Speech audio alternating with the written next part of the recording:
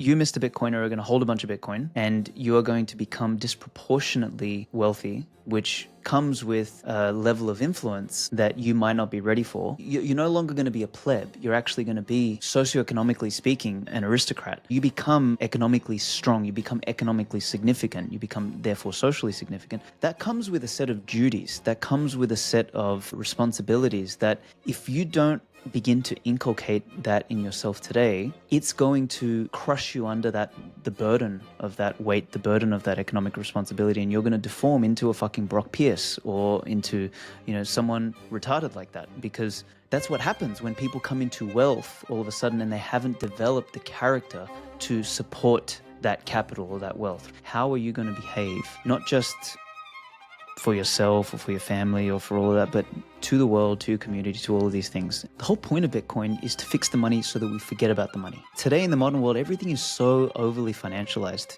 Everything from Wall Street to Silicon Valley to, just everyday living. Like, people are sitting there talking about their fucking investments and their Robinhood and their 401ks and their superannuation in Australia, like all this sort of shit.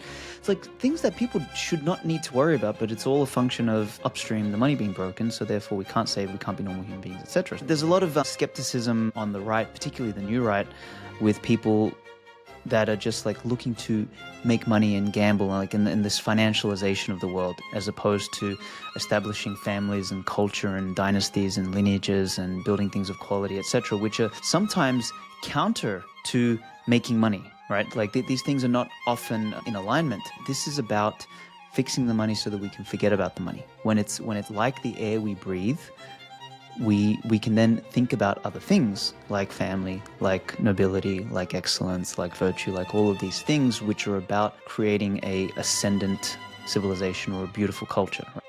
All the great civilizations, all the great cultures encoded that in these Bushidos or these chivalries or these, commandments or whatever, right? They all had a slightly different name. And I genuinely think there's going to be a version for this new world which will be underpinned by Bitcoin. The desire for average, the desire for equality, the desire for all of these things, I believe, is largely driven by this envy, and it's been weaponized because everybody can feel envy in some way, but it's like if it's particularly weaponized, if you are particularly made to feel like you must eat the rich, you must do this, you must do that, all this sort of stuff. Like, I mean, this is literally where communism comes from. The entire fucking playbook of communism is envy, right? You got these like dumb fucking kids out there throwing paint and shit like that on, on these beautiful sculptures and statues and stuff like, and people like trying to pull down statues of the people who came and like built civilization, everything like that. And then they're like making artwork of like fat blobs and whatever that other stupidity they're making these days. It's like it's completely like it's a revolt against the beautiful, and it's disgusting. It's like it's elevating the ugly and de-elevating or denigrating the beauty and the beautiful, and that also comes from, what was the word we spoke about earlier? Envy. It comes from the same fucking place. And this is why, coming back to our last conversation, the opposite of communism is not capitalism, it is beauty. Greetings and salutations, my fellow plebs. My name is Walker, and this is the Bitcoin Podcast. The Bitcoin time chain is 886329, and the value of one Bitcoin is still one Bitcoin. Today, my guest is Aleksandar Svetski. We discuss Svetski's latest book, The Bushido of Bitcoin, a code for virtue on a Bitcoin standard, and also go down a bunch of different rabbit holes, including why communists hate beauty, whether NPCs can be saved, morality versus virtue, how Bitcoiners need to prepare for when Bitcoin inevitably wins, what it means to truly excel and be excellent, and why modern society is focused so much on mediocrity, equality versus fairness, war, building the culture of the future, and a whole lot more. Before we dive in, do me a favor and subscribe to The Bitcoin Podcast wherever you're listening, and make sure to subscribe on YouTube or Rumble as well. Just search at Walker America. And if you find this show valuable, consider giving value back by giving it a zap on Nostr or a boost on Fountain. You can find me on Nostr at primal.net/Walker and this podcast at primal.net/Titcoin. Without further ado, let's get into this Bitcoin talk with Aleksandar Svetski.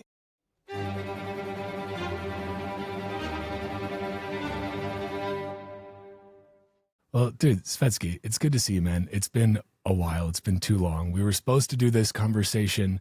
I realized I checked my notes from the last conversation when we were supposed to have it.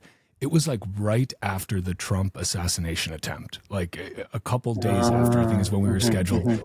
But yeah, it's good to make this happen. Good to see you again, man. You too, my friend. You too. It's been, as you said, too long. I think when was the last time we saw each other?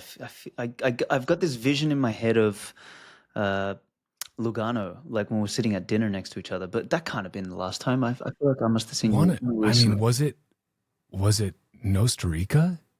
Would that have been it? Okay, yes, Maybe. that was more recent. Correct. True, true, Yeah. true. Either way, it's been a while. Yeah, And 2 years, huh? so you are without doxing anything. You're in Brazil, right? Yes. Thank you for doxing. No, I'm kidding. Yeah. Okay. Yeah, I know you've said it. I know you've said it on other shows. And Brazil's a big ass country. Like, good luck, finding you. It's a I'm massive kidding. I'm country. kidding. Come I'm on. kidding. But how do you like it down there? Like the weather's obviously pretty stellar, I assume. I mean, it obviously just depends on where you are, right? So Brazil, as you Yeah. said, is a big ass country. So the south is colder than the north, obviously. The north is basically tropical, right? So it's like the north hits the Caribbean, and it's sort of up there in the warm waters and stuff like that. Where if you go surfing, the sharks are gonna fucking eat you and stuff like that. I've seen some like wild like videos, like people just jumping in the ocean, and then like this lady got her leg fucking bitten off, and they're like dragging her out of the beach, and like blood's What? pissing out everywhere. I was like, Jesus. what the fuck? I was like, okay, I'm definitely not gonna go up there. So I think I prefer to stay here in the south where we are. Okay. A little bit less on the shark side of things. And actually, literally, like we live right on the beach. And when you look outside in the winter, there's whales swimming in the beach. Wow. It's fucking That's beautiful. that's pretty Like amazing. I it's really nice. When I look outside in the Midwest of the United States during the winter, I see gray and some shades of brown. So yeah, It's a yeah, different experience. yeah. I just I tell myself I'm like, yeah, no, I love the seasons, but I'm pretty sure that's just like my coping mechanism. It's like, yeah, Huh. the season, it's so great. Like those 2 weeks of summer and a couple days of fall and spring we get are immaculate, but. Yeah, it's got its perks though. Being around like we're close to both of our families, so that's like a huge thing with the little one. Like you'll Super make some important. sacrifices, Yeah, yeah. for family Honestly, closeness. that is super important, and honestly, I feel like that's probably even more important. That's our biggest issue. If I have to be frank here, is that we are quite isolated. That's like my one qualm with being all the way over here is that like the the place is beautiful, the environment's beautiful. We've got our gym, we found our raw milk, we found our local butcher and all this sort of stuff. Like we've got all of that stuff down pat, but it's yeah, man, super far from family, super far from friends. We've got a couple good sort of friends down here, but it's difficult in a country where you're never gonna like. I'm too old to learn a language, and I don't mean that like facetiously. I mean it as like Yeah, there's no way I'm gonna get 35, 36 years of like English proficiency that I've developed from fucking as a child, right? Like to and having that real depth of language is necessary to build depth of relationship, right? So like by the time I get proficient in Portuguese to that degree where I can really have a deep kind of conversation, it's probably going to take me 5 or 10 years. And then by the time you build those relationships, no, fuck that. So anyway, we've been contemplating what to do, and first step is to pop the baby out, and then second step will be then to decide whether we stay here or whether we piss off somewhere else. do you have a place in mind in the world where you're like, this is kind of the area I would like to end up? This point, I think Dubai is in the leading sort of candidates of locations, for a couple of reasons. One is it's kind of the center of the world, so for travel, it's it's the most connected airport on the planet, basically. Yeah. Like with Emirates, you can get to any corner of the world with a single flight. So that doesn't exist anywhere else. Um, it is a place of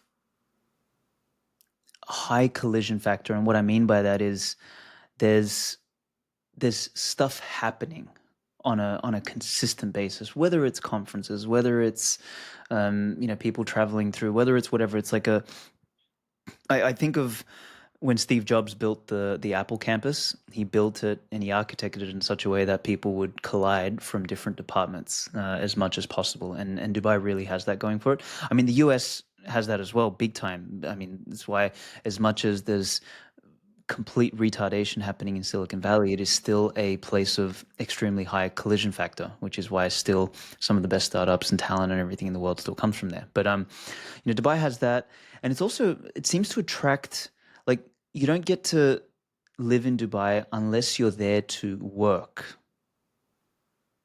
And so like everyone's on some sort of mission there. Everyone's building something. Now, sure, you've got your grifters and your morons and everything like that, but that's kind of like everywhere Same these days. everywhere. Yeah. Exactly. So, everyone's got a story over there. And I mean, just to give you one example, I was there for a conference and some meetups a couple of weeks ago, and swear on my life, I ended up at dinner at the palace of Sheikh Zayed, his grandson. So the actual prince. So he's the great great grandson of the founder of Dubai, and Casual. like but it happened because of that sort of collision factor, right? Like I was there, caught up with Bruce Fenton. Bruce was like, "Hey, you want to come to a dinner?"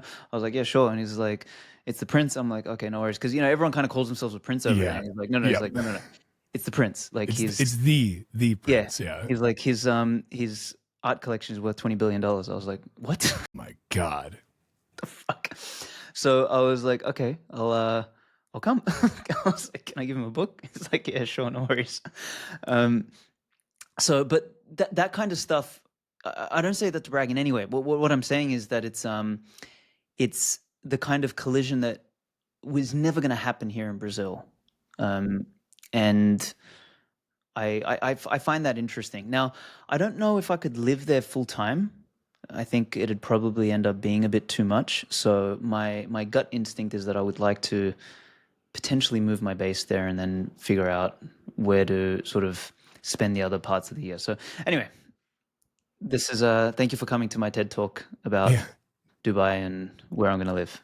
No. I mean, I'm interested by Dubai because obviously I know a lot of people who have moved there. There's that have expatriated from a number of different countries to Dubai, and it certainly has like a lot of benefits. There are other things on the other side of the coin where I'm like, man, it's people like, okay, how do I say this? People, everybody who lives there and comes as an expat seems to really speak highly of it. At the same time, there are restrictions there based on the style of, monarchy, government, general, control that they have, where you are maybe more free in some ways, you are less free in other ways. Absolutely. That being said, this is the case everywhere, right? Everything is trade-offs. Everything is deciding what concessions are you willing to make to get which benefits? What is most important to you personally? And so that's why there's no one size fits all for anyone, but Exactly. It's certainly, you said the magic word, which is trade-offs. The thing I like about Dubai is it's very clear. Like you are coming, it almost feels like you're coming into someone's house. Like you actually feel like a guest, and you get treated like a guest. That's something I noticed. Is you get treated very courteously, you get treated very friendly. Everyone's nice to you. Shit gets fucking done, like because you're effectively a customer, and they don't treat you like a subject. So that's very important. But there are very clear rules around. Okay, well, you're a customer and you're a guest. You're not actually part of the family, and that's okay, because we're not gonna pretend like you're a part of the family. For example, there's no way to get a citizenship there. You can't be naturalized. Like if you have a baby on UAE soil, the baby is not an Emirati. Like it's so and I actually have a lot of respect for that, because it means that they have a different relationship to their own people, to their own ethnos, which is really how the West was built originally anyway. Like we had, we valued our own people first and then everybody else. And we've kind of like inverted that. And now everybody else is more important and our own people are not important anymore. And, the difference, I've got this montage of Dubai in the last like 40, 50 years. It was like a fucking desert patch and now it's like this metropolis. And in that same period of time, the metropolis that was San Francisco, for example, has turned into a turd-infested fucking, junkie alley. Like, and so, one is like democratic and outsiders are more important than insiders. And the other one is monarchy is our people come first and you are welcome as a guest, but there's some clear rules and you sort of see what's happened. So, yeah, I mean, it's, as you said, trade-offs. Like it's, you don't go there to, talk shit about your host, basically. Yeah. And No, I feel that. And like, again, trade-offs. Nothing, like nowhere is perfect. Like if there were a perfect state, everyone would live there. And then it's also a question of, okay, like what is a perfect state? Like what does that even look like? Like I would want one that is as small as is humanly possible, takes care of basic safety. It's basically a security force that is organized for the collective defense of my private property. And like, so that we don't have to resort to mob violence and I don't have to string up my neighbor Bob when he steals my car. Like I will, but I don't want to have to do that. And it's also, we're going to have a more respectful society if we do organize in that way. But that's yeah. I mean, you somewhat described Dubai in that sense because like it's one of the safest places. Like I was in such a rush to get to the hotel on the last trip that I was there.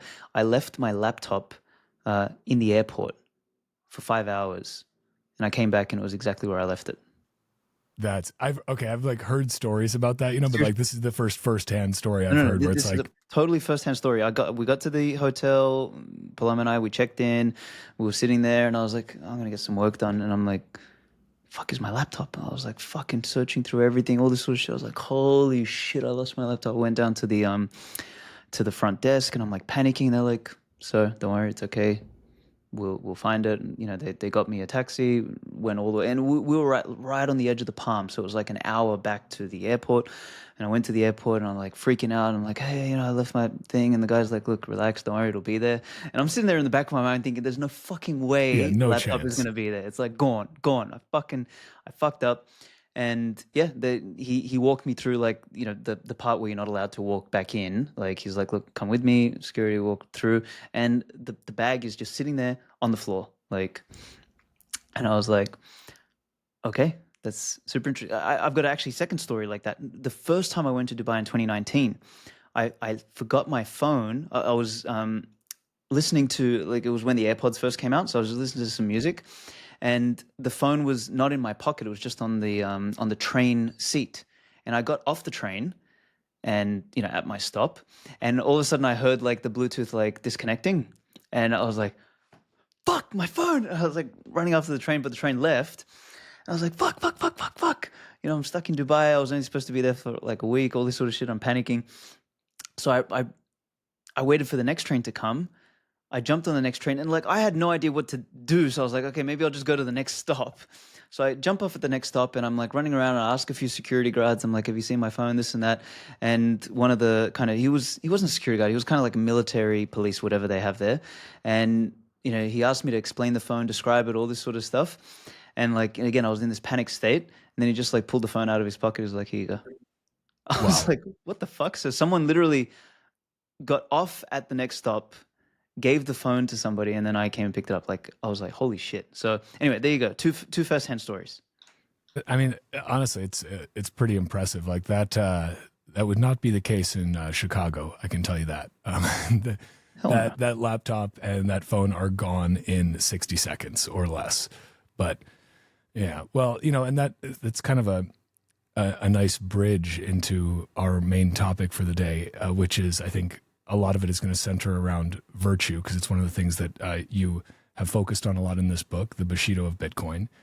Can we maybe maybe we need like a little bit of a primer first for folks about like they see the word Bushido and they're like, well, I don't even know what that means. Like, is this, you know, some Japanese stuff? There's crazy characters. So like, could you give us the backdrop for this? Like what is the Bushido of Bitcoin and what the fuck does Bushido actually mean?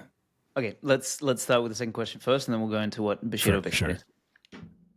So the word Bushido in Japanese means way of the warrior. That's etymologically what it means. But it essentially stood for it's another way to say a code of virtue, right? And the Western or the Western Christian European equivalent was like chivalry, right? So it's like a way of living or a code of virtue that was primarily established and adopted and embodied by the warrior class.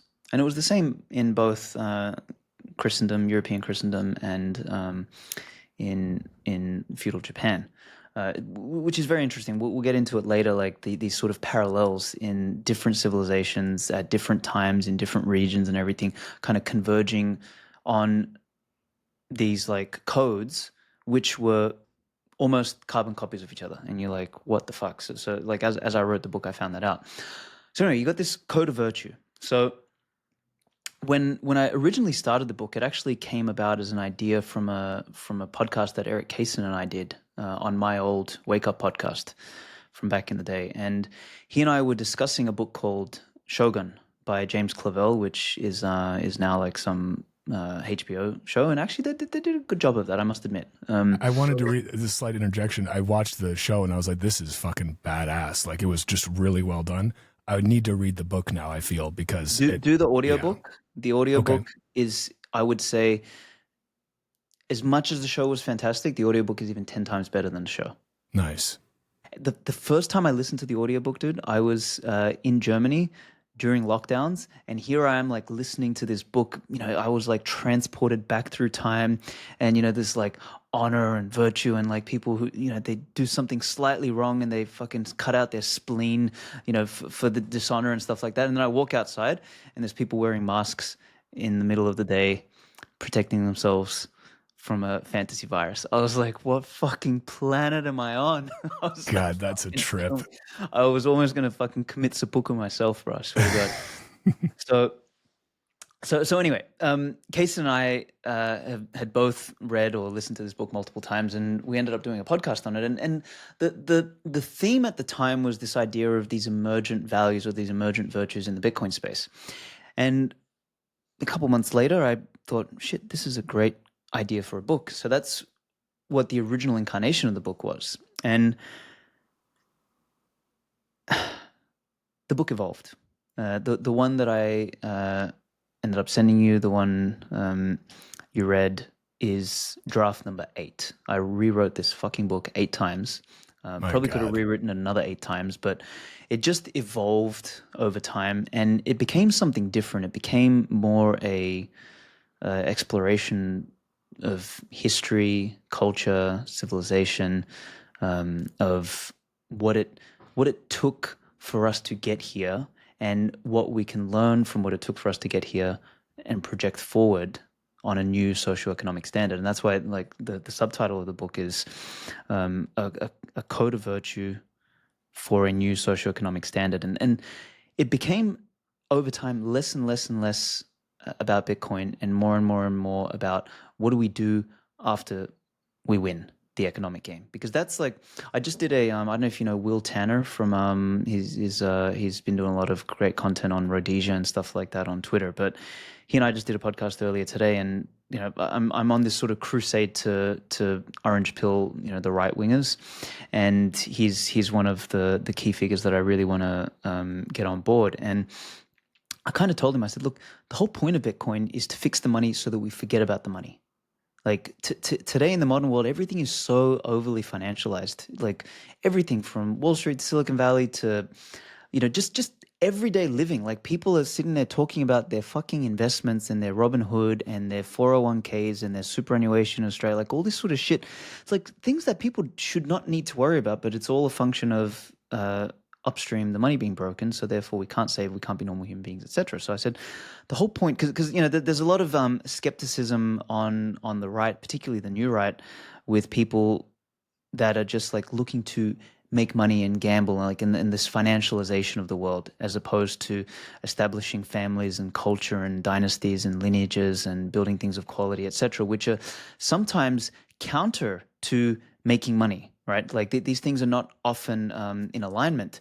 So the argument I made to him, I said, look, this is about fixing the money so that we can forget about the money. When it's like the air we breathe, we can then think about other things like family, like nobility, like excellence, like virtue, like all of these things which are about creating a ascendant civilization or a beautiful culture, right? These things, because if you, because I've come with this, I'm going off on tangents here, so I apologize, but like know that tangents are always welcome on this show. No apologies.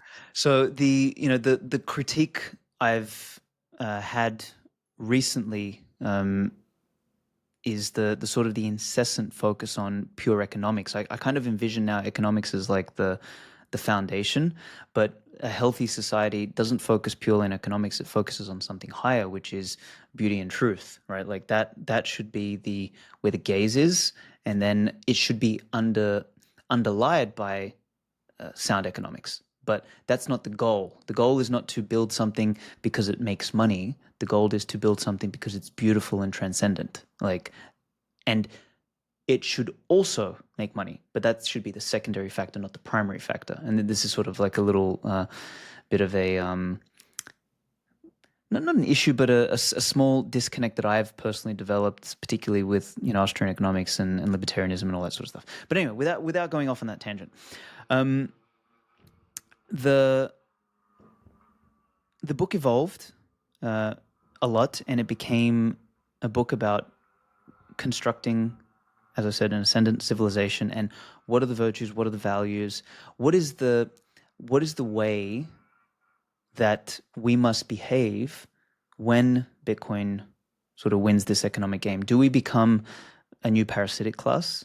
Do we become Lambo bros, or do we become men and women of virtue? And if we're going to become the latter, what are those virtues? And the best clues we have to those great virtues are the cultures and the civilizations that preceded us, that were great, that set the foundation upon which we built. So that's where the digging came into it, and that's where I ended up. And the book really turned into something I didn't expect. So I think I've answered both questions. Yeah, no, you definitely haven't. So I mean, fair to say that the book presupposes that Bitcoin wins. Like, and is that your, like, not just as a literary device, but your personal belief that like Bitcoin will win? You view it as inevitability? It continues to blow my mind that there are Bitcoiners out there who are not yet on Nostr. Seriously, what are you doing? Just like you shouldn't need to ask permission to use your money, you shouldn't need to ask permission to speak freely or have control of your own account. But that is exactly what you are doing if you are still trusting centralized social media platforms. You may have seen several high-profile Bitcoiners and friends of mine like Lawrence Lepard and Lynn Alden more recently get their X accounts hacked and then struggle to work with X support to get those accounts back. Where did they go to give people updates? They went to Nostr. On Nostr, you can't be censored, you can't be banned, and you can't be deboosted for saying words that Mark Zuckerberg or Elon Musk don't like. And honestly, the vibes are just better on Nostr. Plus, Nostr has Bitcoin payments built in, so when you post a meme, a spicy hot take, or just a photo of your steak, people will zap you Bitcoin to show you they like it and find your content valuable. And if you are a content creator, you can start monetizing your work immediately on Nostr, unlike on X, YouTube, or literally any other centralized platform where you have to hit engagement thresholds and then KYC yourself. You can find me on Nostr by going to primal.net/Walker, and you can find this podcast on Nostr at primal.net/Titcoin. Primal also has a built-in Bitcoin wallet, so you can literally get zapped by people for your posts, then go use those sats to buy a coffee or do whatever you want, all from the same app. Search for Primal in the App Store, go to primal.net, or choose any of the hundreds of other Nostr apps that are out there, because you can freely switch between any of them anytime you want. So, come join the largest Bitcoin circular economy in the world and start zapping sats on Nostr. Shitcoining is bad for you.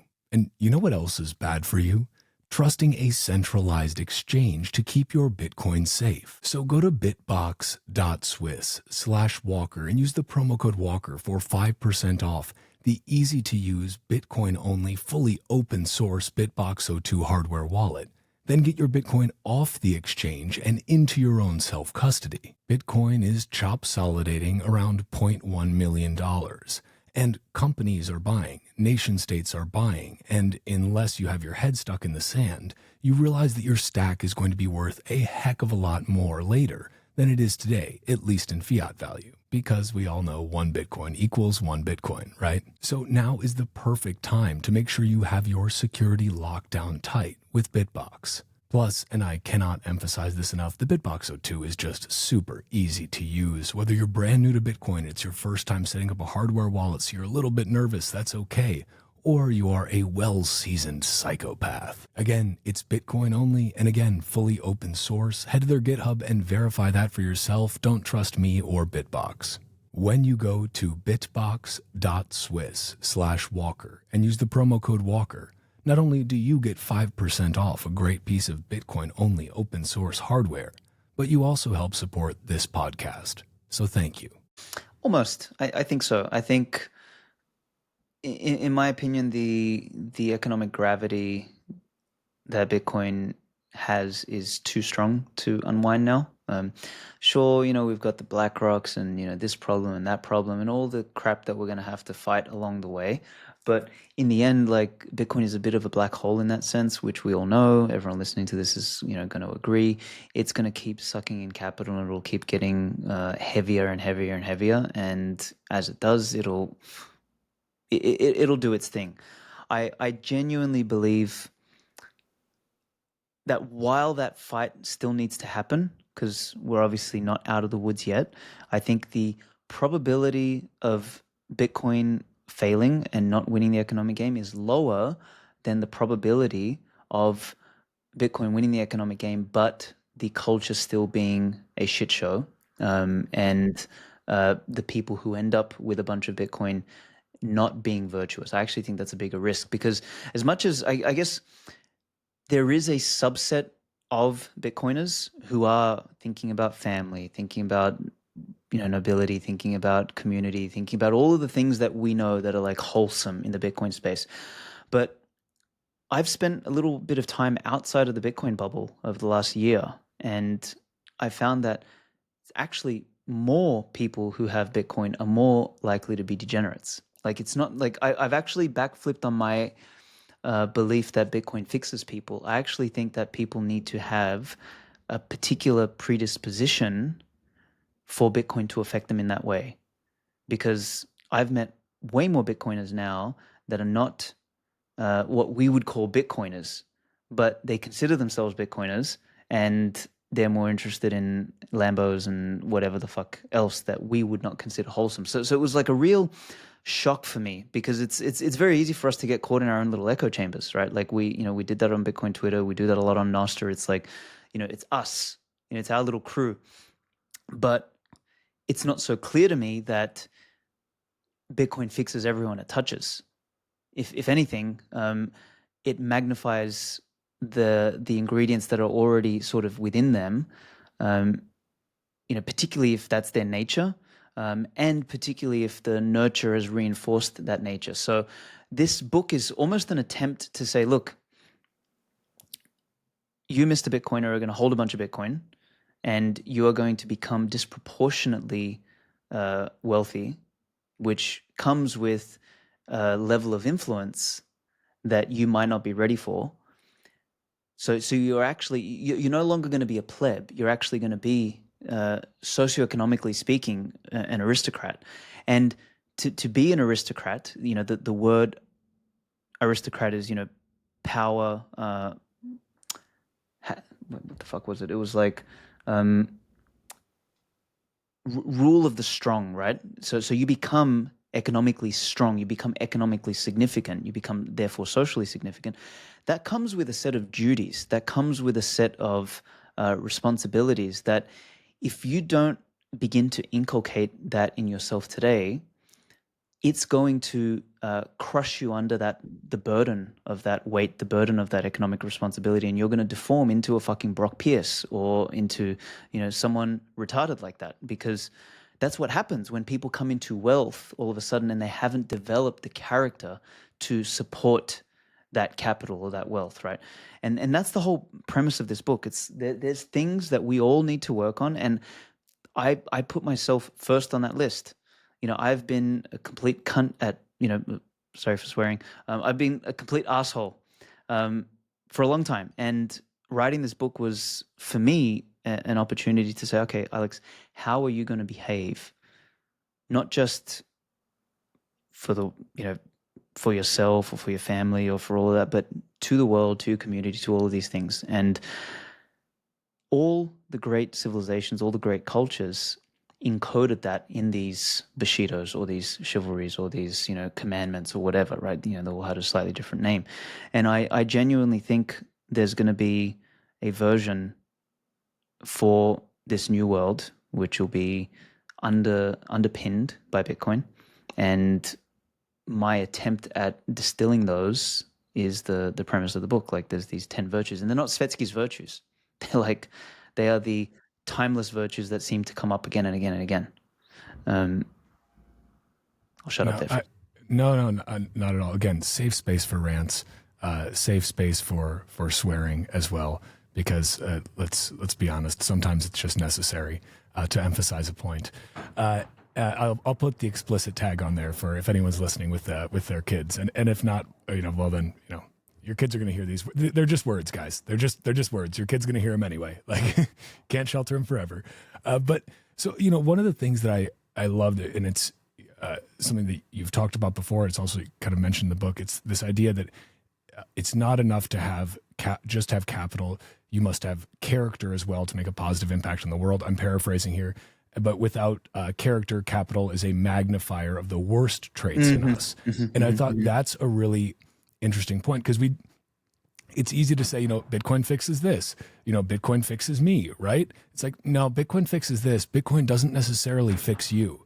Like, Bitcoin may be a path to a better version of yourself, but it could also be a path to a worse version of yourself. Like, it's not like deterministic in a positive direction. Yes. And so like, is that kind of what you're seeing is like, no matter what the form of capital is, and perhaps some forms of capital, perhaps forms of fiat capital, have a more potentially negative effect on you because of the game that you have to play. But even with Bitcoin, you're still susceptible to the same weaknesses, negative traits, whatever they may be within you. And it's going, it's like, the line between good and evil cuts through the heart of all of us, right? It's a question of which side is going to win. Is that kind of how you view this? Like, it's Pretty not much going to just fix you. Like, Yes. it doesn't Yes. fix everything. Yes. In short, yes. Like, I, this came from a place of a little bit of disillusionment, because I went through, and there was people that I thought were real solid people in the Bitcoin space, that turned out I was like, you know what, actually you're not actually as solid as I thought. Like, there's, and I'm not going to name any names or any of that sort of stuff, but like there was a period of reckoning for me, and I felt like I the whole rosy veil of like, yeah, we're all Bitcoiners, we're all on the same side, we're all kind of like think, live, breathe, and all this sort of stuff the same. Like, that kind of disappeared, and I ended up finding people who I aligned with more in a values capacity outside of Bitcoin as well. So then I realized, wait a minute, there's actually super based people that are not Bitcoiners. Then there is Bitcoiners that are literally the opposite of fucking based, completely retarded. So I'm like, how do I reconcile that? So it's like, clearly Bitcoin didn't fix this person, and clearly Bitcoin turned this person into a bigger retard. So the equation, Bitcoin fixes you and all this sort of stuff. Just I found, I guess this is the mathematician in me. When I was young, like, I was really into math, and like I would, you find something, a proof or a disproof for an equation, and like I found something that disproved the equation. So I was like, okay, there's something else here. And I, Ross Stevens and I were having a discussion because he very graciously agreed to write the foreword for the book. And he and I had a discussion about this, and we kind of came to the conclusion that Bitcoin is like a keystone. So if you want to build a bridge, like Bitcoin is necessary, but it's not sufficient for the bridge. So you can't finish the bridge without the keystone, but you can't just put a keystone in the middle without the rest of the bridge. So there's other stuff there that is necessary. And that's, I guess, if I had to boil down the whole message, it's that's what this is about. Like, it's about what else do we need to do other than stack sats? And there's a lot. And I think Bitcoiners have slowly sort of found that to some degree, but I think there's so much more. That rabbit hole goes just as deep as the Bitcoin rabbit hole, but it's a rabbit hole that is often ignored, or at least not explored to the same degree. And yeah, I completely agree. And I mean, it's this, the other idea here is that like money itself, the accumulation of more units of money is not the end all be all, right? The money is a tool. Like, yes. For some people, the sheer accumulation of more monetary units is the end all be all.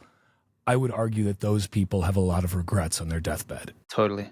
You know, 100%. But like you hear these, like it's a cliche at this point, but you hear these stories that nobody is ever sitting on their deathbed being like, like I wish I would have, spent a little more time away from my family and done that. It's like, no, you always wish. I wish I would have spent more time with my family, with my friends. I wish I would have, helped build my community more. It's those things that are, yes. Does money help you to do those things in perhaps a better, more enhanced way because you have more freedom over your time? Yes, but there's a point of diminishing marginal return where additional units of of money don't actually get you anything else when it comes to the real, the things that life is actually about, right? And so I think, and I agree, I think that gets lost in the sauce a lot for Bitcoiners too. But I hope that this that we see a little bit more of an awakening in that. And I'm curious too. So these virtues, you said, these aren't Svetski's virtues. These are kind of let's say universal virtues, or these are time-tested virtues. Mm-hmm, you want to talk through those a little bit now? And maybe another thing that I think you maybe want to clarify is like the difference between virtue and morality and kind of this interplay a little bit, because I think that does get muddied a bit at times. It does, yeah. So let's again start with the second one first. So the original subtitle of the book was A Moral Code for a World on a Bitcoin Standard. And I went through and I just kind of like removed the word morality from a lot of the book, and from the subtitle, on the basis that, look, if you want morality, go read the Bible or the Quran or something like that. Like I'm not here to moralize to you. And I feel like that happens a lot with people, is that they try and like, I'm holier than thou, and, I am better because I did this or whatever. Like, there's like, I don't think moralizing works very well, because it's very hard to disprove, right? Like, a virtue, in my opinion, is an act. So it's like a principle in action. That's maybe a way to conceptualize what a virtue is. And like, if we use courage as an example, when you see someone do something courageous, somebody else doesn't have to tell you that, oh, that was a courageous act or something. It's something you feel like it moves you, right? Like there's a feeling. Same with compassion, or you see something and you can tell if it's just or unjust. It doesn't have to have a fucking label on it. So to me, that's sort of like the difference between virtue and morality, and I think virtue is actually, in my opinion, upstream of morality, because you can have different cultures or different religions with different morals, or different frameworks for morals. But from what I've noticed, and I have an example in the book about the Crusades with Saladin and I can't remember who was on the Christian side, but they developed a respect for each other, because of the way the virtues they respected about each other: courage, justice. Saladin was very well known for like honor, for example. Like there's one story in the book about how he captures his enemy's father, and at any point in time, he could have used them as ransom, could have killed him, whatever, all this sort of stuff. But it was not the honorable thing to do. So he actually took care of him. And once the siege was over, he handed his father back to him because it was, the dishonorable thing. And that kind of like respect among enemies, comes from a place of less. I guess you could argue it's morality as well, but it comes from a place of virtue. And I guess where I'm going with this is, you could be Muslim, you could be Christian, you could be Buddhist, you can be whatever, but every single one of us will recognize courage or recognize compassion or recognize a virtue, right? So the virtues kind of, to me, transcend morality, or at least if they don't, for those who are getting triggered by my interpretation that they transcend morality or that they come higher, they are on a different plane. Maybe we can put it that way. And for me, I felt it was, I felt I could write about virtue, but I didn't feel I could write about morality. Let's put it that way. And that's why, to kind of tie it back to my initial comment, is like, morality you'll find in the good books. Here you'll find a guide on what are the virtues and who embodied these. Like, I talk a whole lot about Alexander the Great and Caesar and Napoleon and Tokugawa Ieyasu and all these sort of like great figures who bent the arc of history, in the direction of their will, for example. So a quick question: would it be fair to say then that in your mind, morality is more of culture? It's more culturally subjective, whereas virtue is something that sort of transcends culture. We're not saying it transcends morality, but it does transcend culture. One can't say that it's purely objective, but it's certainly more objective than morality, which is entirely culturally subjective. Fair characterization? Yeah, I think so. That's a good way to summarize it.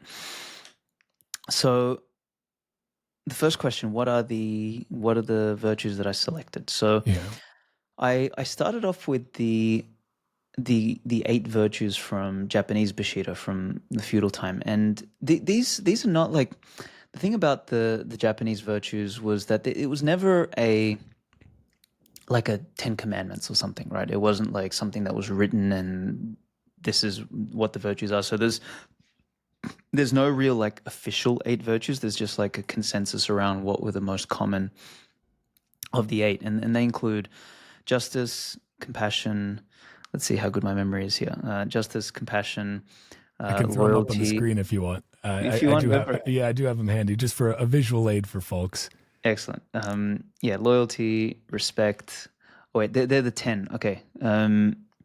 So let me make sure I read out the right one. So justice, courage, compassion, honor, integrity, respect, duty, loyalty, and restraint or self-control. So they are the kind of the original 8 Japanese ones, and the 2 that I added that were explicitly not that explicitly did not come up in a lot of the texts that I read on Japanese Bushido were excellence and responsibility, and I think the reason why they weren't explicitly mentioned in those is that those cultures kind of had responsibility and excellence embedded within them, and maybe 100, 200 years from now, we'll once again enter an age where responsibility and excellence are like kind of second nature.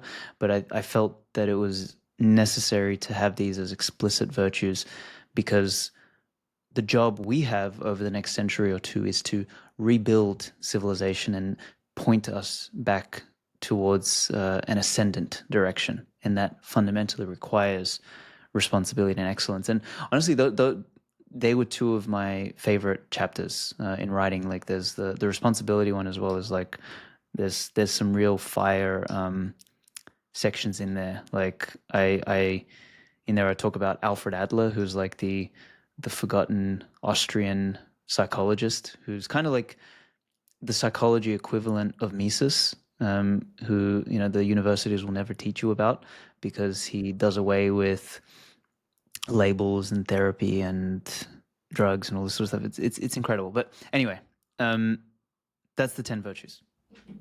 No, I like it. It reminds. So I'm. Fun fact about me: I'm an Eagle Scout, and I still, like, to this day, have it ingrained in me. A Scout is trustworthy, loyal, helpful, friendly, courteous, kind, obedient, cheerful, thrifty, brave, clean, and reverent. Like, I can never. They're literally like they're so deep down in my brain that they just are always there. And there's a couple of those that I will take issue with on occasion, like the obedient one, because they don't mean it in a negative connotation, but I think the way I take it is is when it means like automatic obedience to authority, which I don't support. But that being said, it's this idea of a code of conduct, right? It's a framework for not what you should do, but how you should go about doing it. And I think that that's something that, like, I don't think most people think about this kind of stuff literally at all, like, ever in their whole life. And I guess maybe that's just like the NPC class. Like, there's no curiosity. There's no desire to say, like, instead of whining about how unfair the world is to you, what can I do to actually better myself? What can I do to elevate myself on this playing field? What can I do to take myself to the next level? But the sad thing is that I think I would argue the majority of people will never ask themselves that question. And that's really sad. Totally. I want to dig into what you just said about obedience then, because I, like you, have like a trigger to that word, right? Like, it's like, just like, it's almost like an electric shock. It's like, Yeah. fuck you. I'm not a Roomba machine, right? But when you, it's interesting, like the duty and loyalty part is related to obedience, right? And these virtues were extremely important in these warrior cultures, and obviously in family and in all sorts of things like that. But when you unpack the reason why in Eagle Scouts or these kind of environments, like, obedience is necessary almost, is because of how it's because of the environment in which the obedience is necessary. And I think of two examples: a phalanx in battle, and I think of also sailors on a boat. And I have a vision right now in my head of there's a great movie called Mutiny on the Bounty. It was I don't know if it was based on the book, but I read the book before I saw the movie. It's about these English sailors who are going to Tahiti to get breadfruit. And without getting into the story, there's a section where they're trying to round the Cape of I can't remember if it was the Argentinian one or if it was the African one. I think it was the Argentinian one because of the coldness of the weather and stuff. And basically, it was like a visceral example of the only way they survived was 100% obedience to the captain of what, like, they had to function like a unit. There was no, oh, I'm a libertarian, I'm free, don't tell me what the fuck to do. Like, sorry, bro, that shit doesn't You're dead. exist. Yeah. You're dead, exactly. And not everyone only are around you you is dead, dead. Yeah. not only are you dead, but probably everyone else is going to die because you didn't do your duty. And the phalanx is a similar situation. It's with the Spartans, the Macedonians, and all this sort of stuff. There was a greater penalty for dropping your shield than there was for dropping your weapon, because the man to your left was the greater priority than yourself, right? And that's how the unit was strong.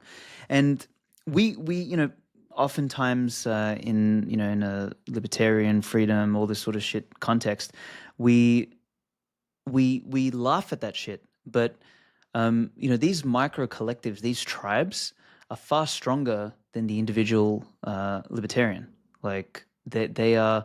And in my opinion, I've sort of come to believe, like, maybe I'm a micro collectivist now, but I've honestly come to believe that it's not the individual that matters; it's actually the tribe that matters more than individual, and that is the organizing unit. Like the whole sovereign individual, libertarian, even like I look back on some of my uncommunist manifesto stuff, and I'm like, man, I was like too excessive on the individual side of the spectrum. I think the right uh, point of sovereignty is whatever that wolf pack kind of tribe is, and whether that is family, whether there's like close knit friends, whatever that is. I kind of almost imagine it as Alexander the Great and his royal guard, like his best friends, the ones that he grew up with, that he went to fucking war with for 15 years. Like they took arrows and swords and everything for each other. Like that to me seems to be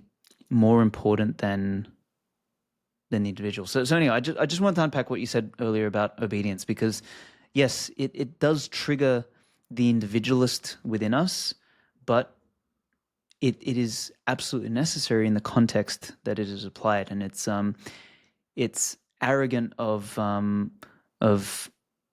any of us to kind of look at that stuff and laugh at it as it's like, oh, you're a stupid brute. It's, well, Yeah. no, there's actually something noble about that.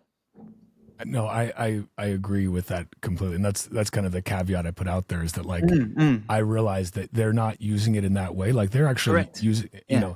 And granted, it turns out that if you were in Boy Scouts and you were in the wrong troop and you were being obedient to the wrong troop leader, that may not have worked out so well for you. That's a whole different story. We don't need to unpack. Luckily, no funny business in my troop. I think maybe just some embezzlement by someone, but that's just fiat games, But no, I think it is an important point that like I think there are people that excel by themselves, and there are people that excel in teams, and there are people that can do both. But excelling by yourself, while it is incredibly rewarding, I think there is often a lot of like community is important. There's a reason why people in close-knit communities live longer. There's a reason why people in close-knit communities are happier. Even when they're, forced to do really, unpleasant stuff, they're going to find ways to do it with a smile on their face. Like community matters. We are social beings. Like you can still succeed on your own, but you're able to do a hell of a lot more when you have a pack, a tribe around you. Like that's human cooperation is what has allowed us to get to where we are today, where we're sitting across the world from each other, using these fancy cameras, running little bits across the internet, and we can see each other and talk in real time while we stream it live on Nostr. None of that's possible with one person working by themselves. All of it requires, and there's also a difference between a tribal mentality and a collectivist mentality. And I think that's kind of the key thing. It's like, this isn't for the greater good. You're doing it for the very immediate good of your tribe. Like, I think that's an important distinction there. Totally. So I appreciate the breakdown of the virtues, because again, I think we're at this point where we were mentioning the NPC earlier, and you had a quote at one point in the book. It's like, I wrote this not for the sheep or the NPC, for they can never be woken up, but for the lions, whether you've been asleep or have woken up. And I thought that was kind of amazing. And it's something I've sort of come to myself, where it's like, some people are, I mean, maybe I'll ask this of you. Are some people just beyond saving? Like, are there some people that are just too broken, lack the inquisitiveness, lack the vigor, lack the drive to ever pull themselves out of their sorry little hole? Yes. It's a sad state of affairs. It is. I mean, I don't know if it's it comes back to the nature nurture discussion. I think there is just some level of nature that is necessary for the kind of nurture that we respect and admire to matter. And there's just no amount of anything you can do to fix that or change that. And yeah, man, the older I get, the more selective I think I become, because you just kind of realize that, fuck, man, time flies. We're not getting any younger, like, really. And like why waste your time with things that really don't matter, or people that are not going to change, or people like, this is not going to sound nice, but people that don't matter. Like, not everyone can fucking matter, man. Like, and that's okay. So like, cut them out, forget about them, block them, ignore them, whatever. It's like life's too short to spend it on lost causes, and there's more lost causes than there is useful causes. You can't save everyone. No, you can't. No, and I mean, I wrote about this. Like, it's funny because I mean that the original Remnant essay that I did like back in 2021, like that was the whole premise of it. It's like the masses don't matter, like find the remnant, and I find myself just coming back to that idea on a regular basis, and it just like proves itself out for whatever reason every week, every month, every whatever, right? It's so we all need to find our 1% where it matters, and this is this is why I've also got like a problem with things like equality and egalitarianism and all this sort of stuff, because it pretends like um the very act of prioritization is the act of uh, de-equalizing things, and making something more important, everything else not important, right? Like so everything we do, like existence itself, is the process of making things unequal, and we've been brainwashed for the last 70 years, since the end of World War II, that like everything must be democratic and egalitarian and equal and all this kind of stuff, and we've kind of we've cut the head off like excellence, and we've tried to like turn everything into some sort of mediocre middle ground where everything is equal and same and all this sort of stuff, and everything that's where relativism lives as well, right? Because like nothing really matters, because everything matters and nothing matters, so therefore nothing matters because everything matters, and like it's that circular sort of like infinite pointless logic that is illogical but logical, because both can Uh, exist at the same time. no, and that's perfect. This is exactly what I wanted to get into next, is this idea of equality versus fairness. It seems that we've pushed more and more and more, and this isn't just like I'm an American, obviously. This isn't just an American thing. This is now, we see this across the world. This idea that we're trying to level the playing field, and that's actually not even a good example. A playing field should be level in the sense that it should be fair. Both sides should be the same height. That does not mean that you should take the fastest guy in the field, who's 2 times faster than anyone else, and tie weights to his legs, or give the other one a bionic exoskeleton. Give the weakest person a bionic exoskeleton that allows them to crush even the strongest guy. Like we've, for some reason, it's like we've seen this globalized version of the No Child Left Behind bullshit, where it's like we just need to make everyone equal, and then when everyone's equal and the same, it'll all be fine. But also at the same time, which is extremely like, this is why none of this makes any sense. It's like everyone's equal, but also like it's Animal Farm. Some people are more equal than others. And And others, we're going to exactly. build an intersectional hierarchy of diversity so that we can tell you, usually straight white man, why you are at the very bottom of this. And all of us have way more grievances than you, and they're also your fault. And so we need to basically have reparations of some sort for all of this, so that again, we can make us all equal. But again, some of us are more equal than others. Like, this is just like this lunacy. And like, you've talked a lot about this. People confuse equality with fairness.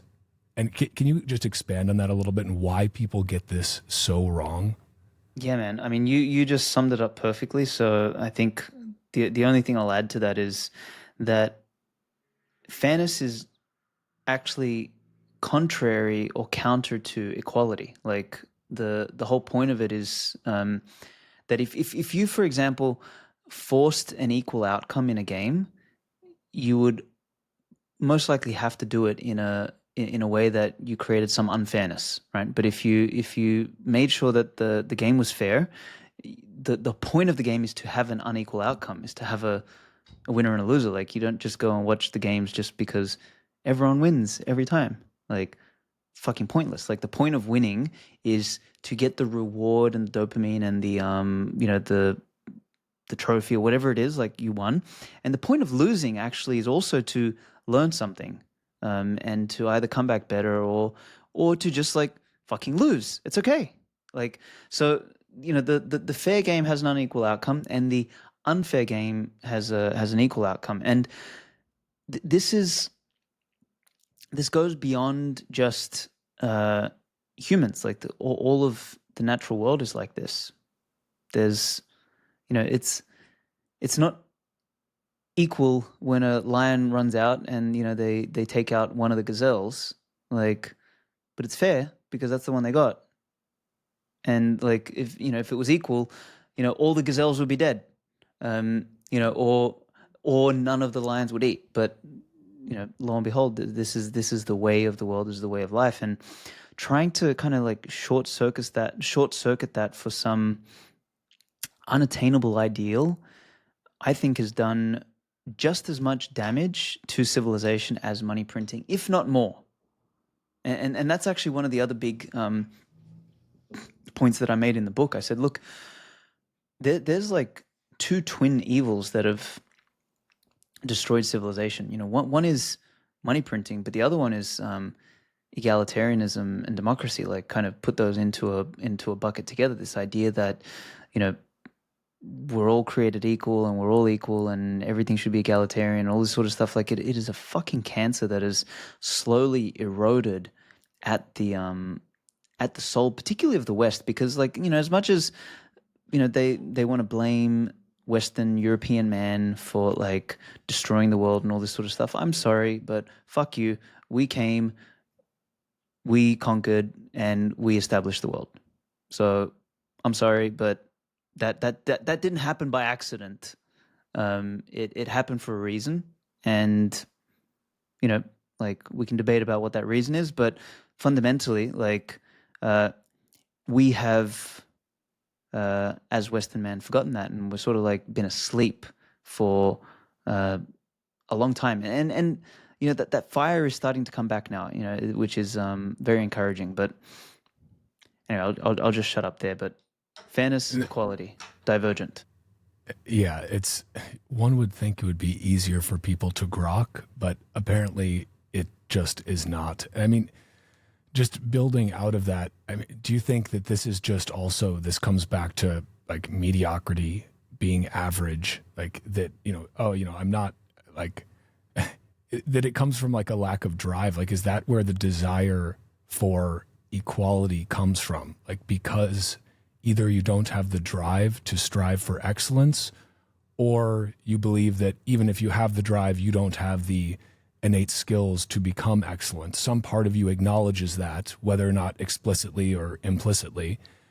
And that is where some of this push for equality over fairness comes from, just a kind of internal acknowledgement of that fact. How conspiratorial should we get? as conspiratorial as you want. Oh shit. Okay. I think it all boils down to envy. There's a deep seated, and Nietzsche talks about this a lot. In fact, like, as much as I love all the Austrian writers, and Hans Hermann Hoppe is my favorite for sure. Nietzsche is just like some next level fucking philosophy with a hammer. Guy's brilliant, honestly. He would have been, if he was alive today, he'd be that like troll on Twitter that just anything someone says would be like, dork, loser. Like, that would be his like one-liners. Maybe there's like the spirit of Nietzsche running have you seen the Retard Finder account? I haven't, but probably. I'll send this to you afterwards. It's got like 500,000 followers already in a week. Amazing. It is the funniest thing I've seen in a while. I digress, but maybe that's his spirit living on. Totally, man. Totally. His spirit has infected a bunch of things, and it's a beautiful thing to behold. Envy. Nietzsche talks about envy a lot, and he talks about the envy being the tool of the weak to subvert the strong.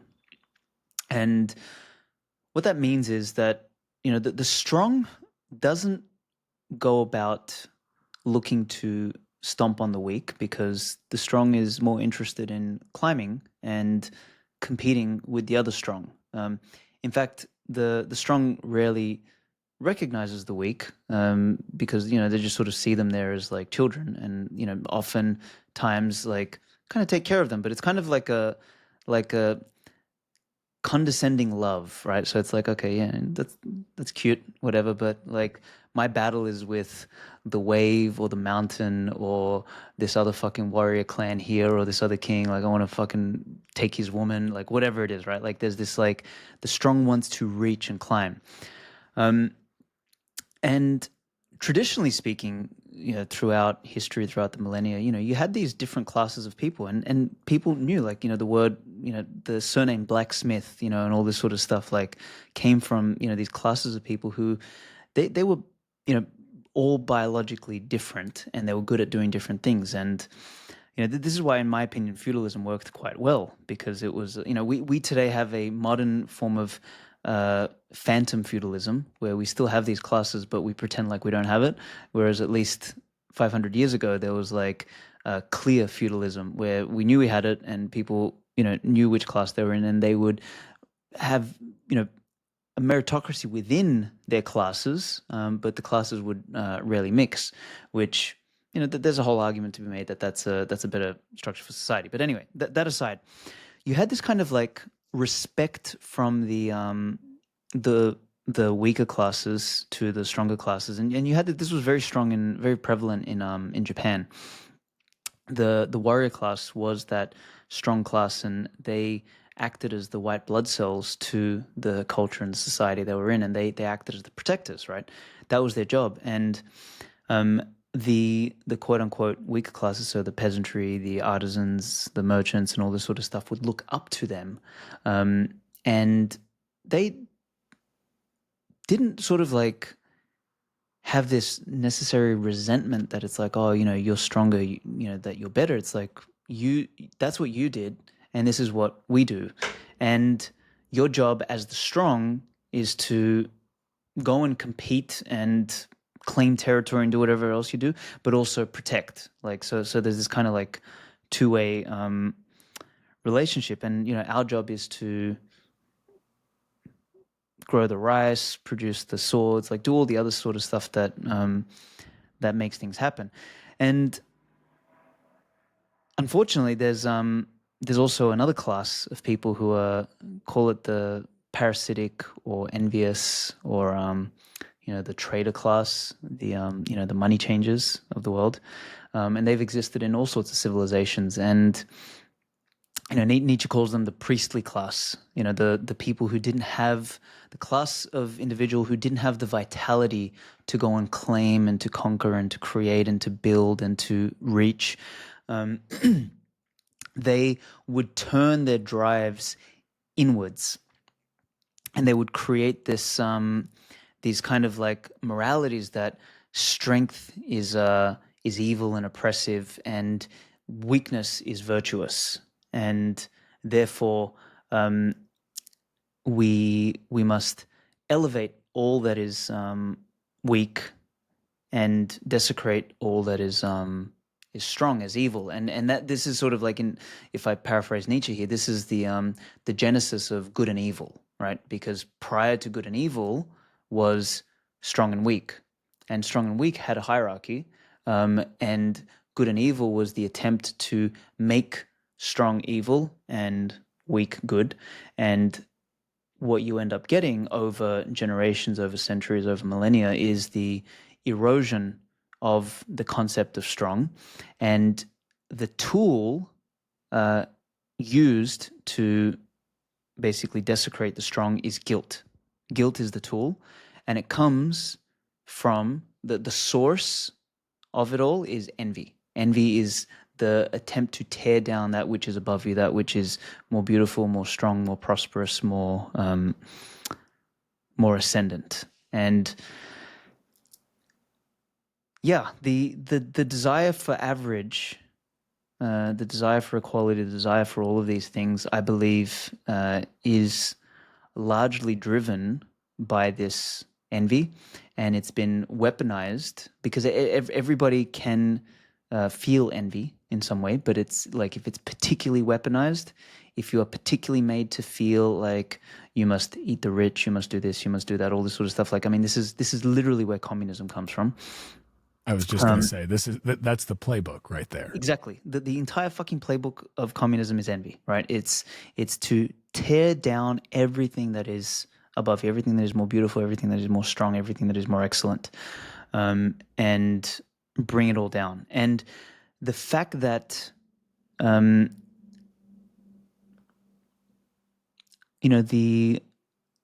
the subconscious predisposition for envy and resentment exists within us all is enough for the orchestrators of that mass envy to light it up and to turn the masses against the best of us. And I think that's been the quote unquote conspiracy for many centuries now. And we've potentially reached the crescendo. I don't know, maybe not. But yeah, that's my little attempt at explaining why average is so desirous. Well, it's also like this, to go back to the kind of the communist playbook, and that like envy is used as a tool. It's used as a means by which to create the kind of social unrest that allows you to establish a totalitarian state. And it necessitates having an us versus them, a little guys versus the big guys, while actually obfuscating the fact that the quarrel is not between those two groups. Those two groups actually typically got along fine. The quarrel is actually between both of those groups and the parasitic class that pulls the levers. Yes. And that's like, and you see the same playbook used over and over again. You see politicians in the United States, which is not communist, thank God, doing this same thing where it's trying to pit the red versus the blue constantly, the Coca-Cola, Pepsi-Cola democracy, always clashing with each other. You should hate that other guy. You should hate that other guy, but don't pay any attention to us. We're just your public servants. Don't mind us. We're just here to tell you who the bad guys are and take your frustration out on them. Blame the other.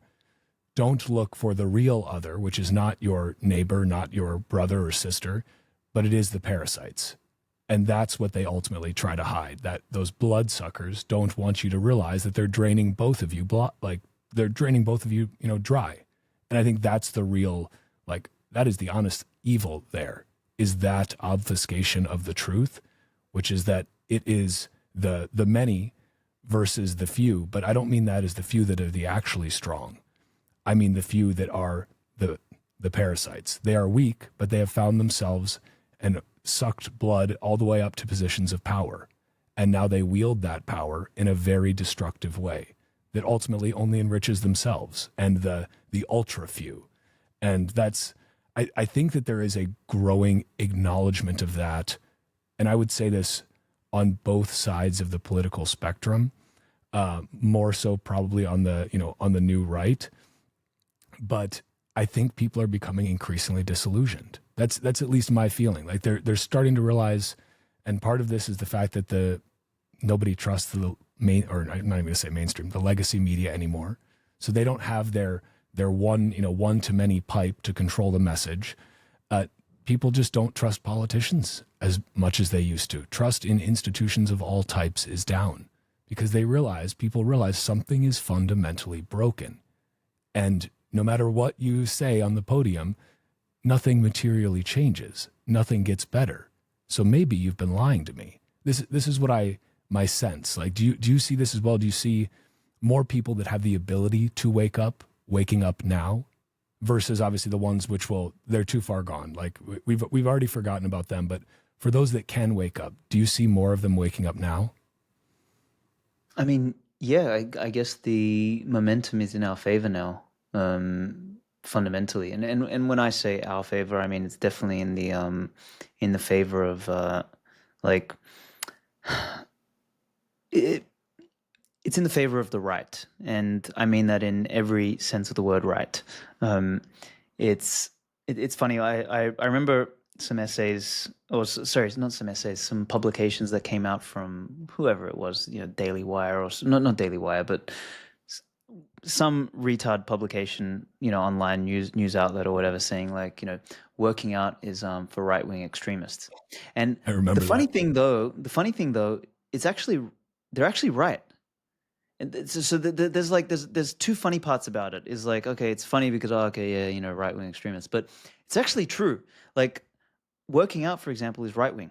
It is not fucking left wing. It's, the left wing conception of like, equality and we're all equal and everything is relative and all that sort of stuff doesn't gel well with sun, steel, and steak of like, carving yourself and excelling and separating yourself from the average. Like this it is actually, the funniest part about it is that they tried to turn it into like a derogatory thing, but they were actually fucking spot on, and it was a compliment.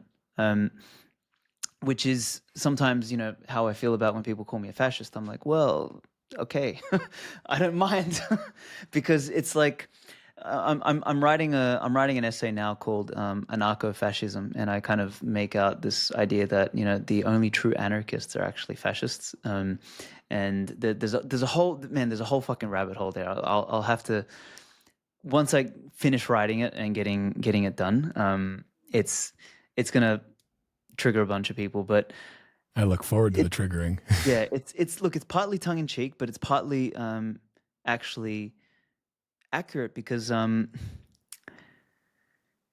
there's you described it very well. You said there's the parasites, then sort of there's the right, and then there's the left. And I would say that most of the right is just like really centrist. They're just like normal fucking people. Like there's there's a more real right wing, and the right wing is always smaller, because the real right wing is always more extreme in their behavior and their beliefs. And I would consider myself one of those, because I am an extreme kind of personality. I'm extreme in the way I eat. I'm extreme in the way I train. I'm extreme in the way I focus on my relationship. I'm extreme in my beliefs and opinions and all this sort of stuff, which, extreme in excellence, like trying to be in a 1%, trying to be elite, is once again counter to, the more egalitarian centrist even, and particularly counter to the leftist ideology of we're all the same and everything is equal, right? And that's not a bad thing. Like it would, if there's not enough room for everybody to be on the right. The fact that the Overton window has shifted so far to the right now makes, a lot of things, the fact that the Overton window was so far left made everything on this side start to feel more right. But, now that it's going to shift a little bit more extreme, we're going to find that, we're going to rebalance where centrism actually is. And, we'll have we'll have our right wing, we'll have all of that sort of stuff. Where was I going with this? I feel like I was going to go somewhere with it. Not enough room for folks, for everyone on the right. Excellence, extremism. Extremism and excellence being hand in hand. Yep, they certainly are. Like, you have to be an absolute fucking extremist to win a gold medal, for example. Yes, which is fine. That is a very right wing thing to do. Can't remember what my point was, but I guess ultimately, I don't remember what the fuck we were talking about a couple steps back, but I feel like I was going somewhere. Maybe it'll come back. We'll find our way back to it. Okay, so one, perhaps this will spark it a little bit. The last time we talked was last time we talked on the show. I mean, great conversation, and one of the things that you had thrown out there was this idea that like communism is the opposite of beauty, and also like, which I think is fantastic in terms of a way of framing that. And I think you're working on another book, like in addition to the essay, you're working on another book right now as well that does have it has to do with beauty additionally, right? So I feel like this is something we need to unpack a little bit, because I think when people hear the word beauty, they may think of it in a very limited sense. You know, they may think of it in a very like Really sad. conventional, Yeah. like marketing type sense versus like the actual truth of the word. So can we explore that a little bit? And you are working on another book right now, right? Yeah. So let me break that down a little bit. Actually, I'm gonna find the chapter here. So yes, there's going to be a part two to the Bushido of Bitcoin called "The Metaphysics of War and Beauty," um, and that was a complete accident because the book was getting too long, and I had like a couple chapters here. So one called "The Eternal Battle," the other one called "Freedom and War," the other one called "Warriorhood in the 22nd Century," "Territorial Imperative," "A New Heroic Age." There was a chapter on hierarchy, feudalism, and then one called "Beauty Will Save the World," which was one of my favorite fucking chapters that I wrote. And I couldn't for the life of me figure out where to insert them in the book. And on top of that, they were adding another fucking 100 pages to the book. And I was like, Jesus Christ, I'm worried at 500 pages. Like, I need to chop this damn thing down. So yeah, I ended up pulling out a bunch from the book and I thought, fuck, what am I going to do with it? And then I kind of looked at all of the chapters and I thought, you know what, this is sort of like a discussion on like, you know, the themes here are like war and struggle and beauty. And, you know, when I talk about war, I talk about it in the practical, physical, all the way through to like the metaphysical sense, like the whole way through. You know, if I kind of read a section here, I wanna. Okay, let me read this out to you. It says, freedom and responsibility are in a never-ending dance, and life is only possible in the tension between such opposites. Conflict and war make us fertile in the same way nature's struggle of life, death, and rebirth makes the soil fertile. This is the eternal battle. It is a cosmic war raging across the entire universe. It has and always will endure, and despite the fact that we cannot change it, we each play our part in the grand game. It's in our DNA. Nature literally seeks to prosecute life through us. Consider the battle for biological human life. There are hundreds of millions of sperm fighting for the chance just to reach the female egg, only to be faced with the enormous task of fertilizing it successfully, following which the DNA of your mother and father have to match, fuse, and unite to miraculously become you, the living, breathing, thinking being that is sitting here reading this now. This competition was won for the territory of existence, in which there was one winner and many losers over many iterations. You are literally the product of a successful territorial conquest, the sperm who claimed the egg and thus changed the destiny of both progenitors. Like I I get love into this that. whole. Thank you. I I love get that. into this whole like deep dive on like what is the essence of war and struggle and battle. Like it's literally in us. It is a part of like who and what we are, and like trying to ignore it and imagine that we can have fucking peace internal, it doesn't work. Like we need to have a healthier relationship with conflict, with struggle, with war, with battle, with all of this sort of stuff. So that's part of what the new book is going to focus on. And then there's this like section about beauty, and there's like sort of 4 or 5 pages in there which talk about like how beauty beauty is this sort of like transcendent quality. And I want to find a nice little passage from that to kind of to break this down. So let's start with the quote that I open up the chapter with. It says, "If you crush a cockroach, you're a hero. If you crush a butterfly, you're a villain. Morals have aesthetic standards."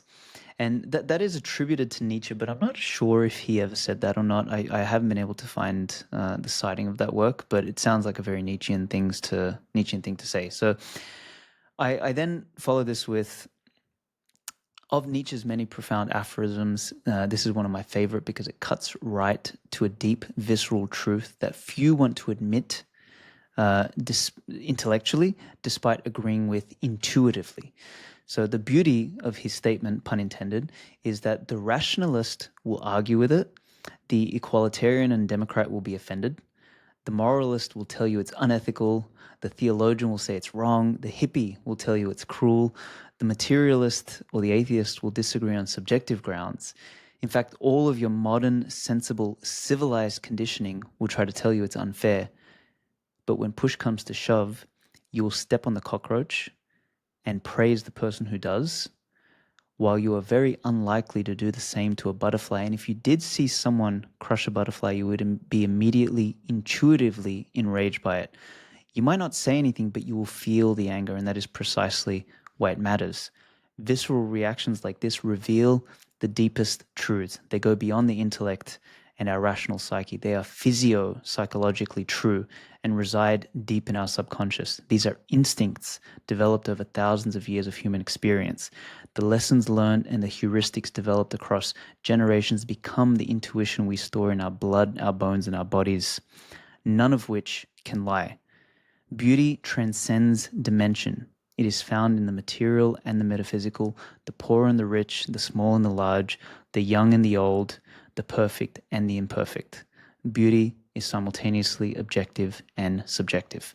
So that's kind of like the opening section to that beauty thing. I dig that too, man. I'm stoked for this to come out. I mean, so because I think that's such a great example to start with there. That idea, like we all, again, the rationalist will say like, well, no, they're both insects. So really, they should be true.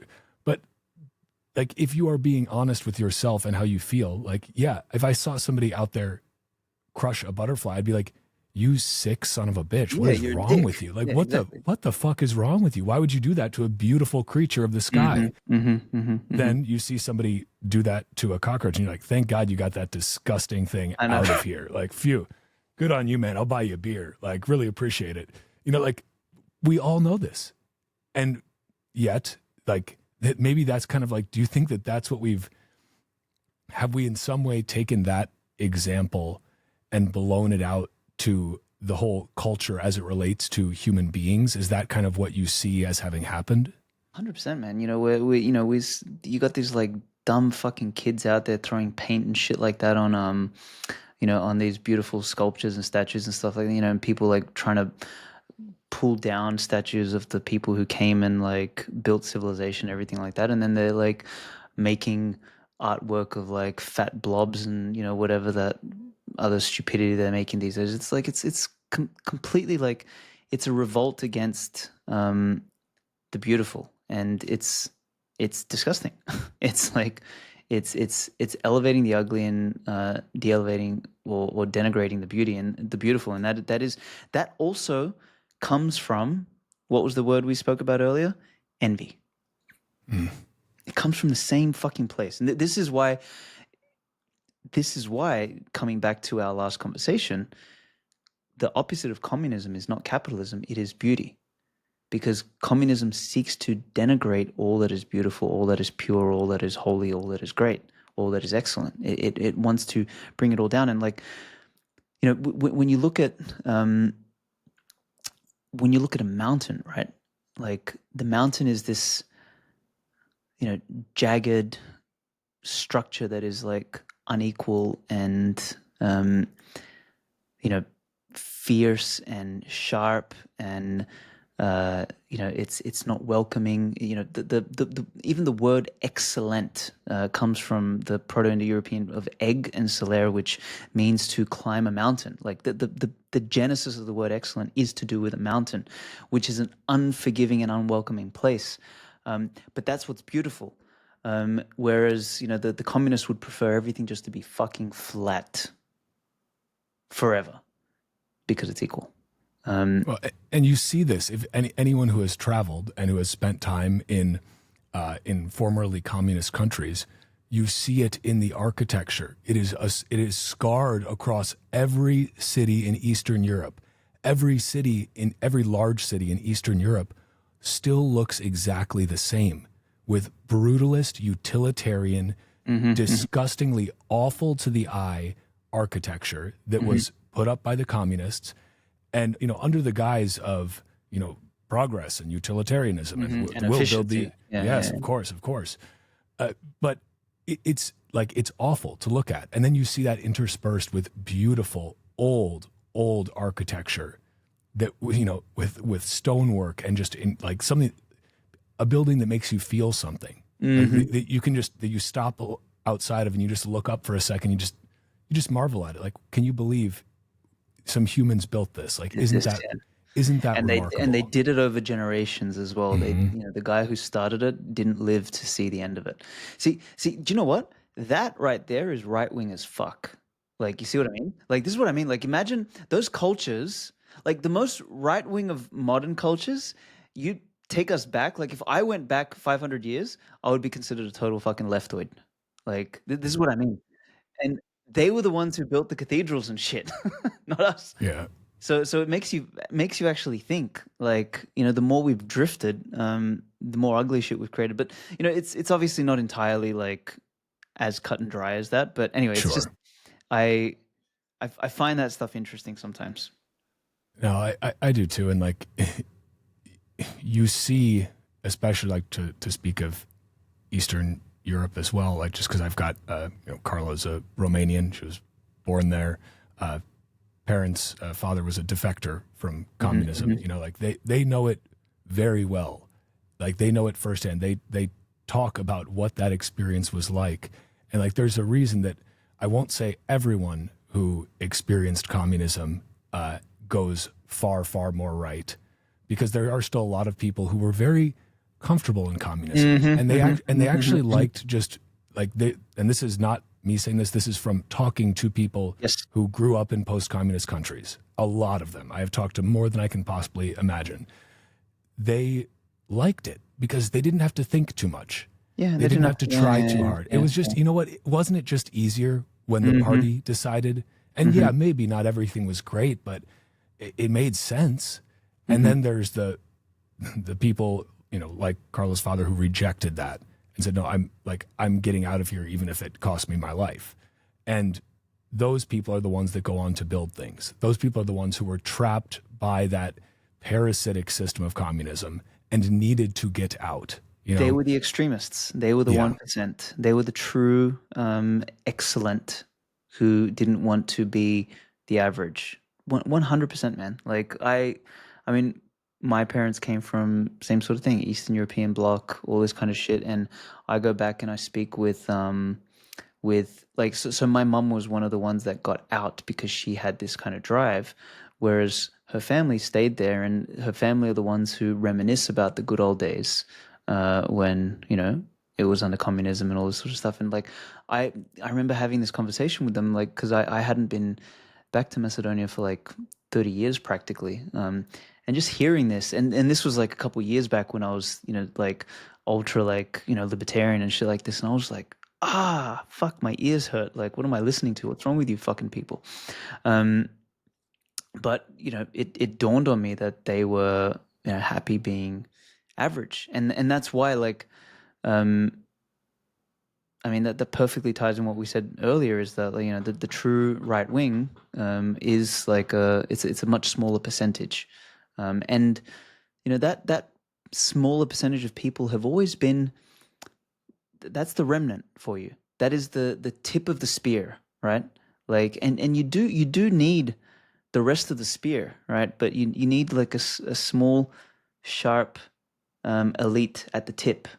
And the biggest problem I have with egalitarianism and democracy and all this sort of stuff is it pretends like the tip of the spear doesn't need to exist. So you just have a stick, and it's like, well, fuck, I need a spear. Like, I need to stab someone. Like, we're going to war. We can't do it with sticks.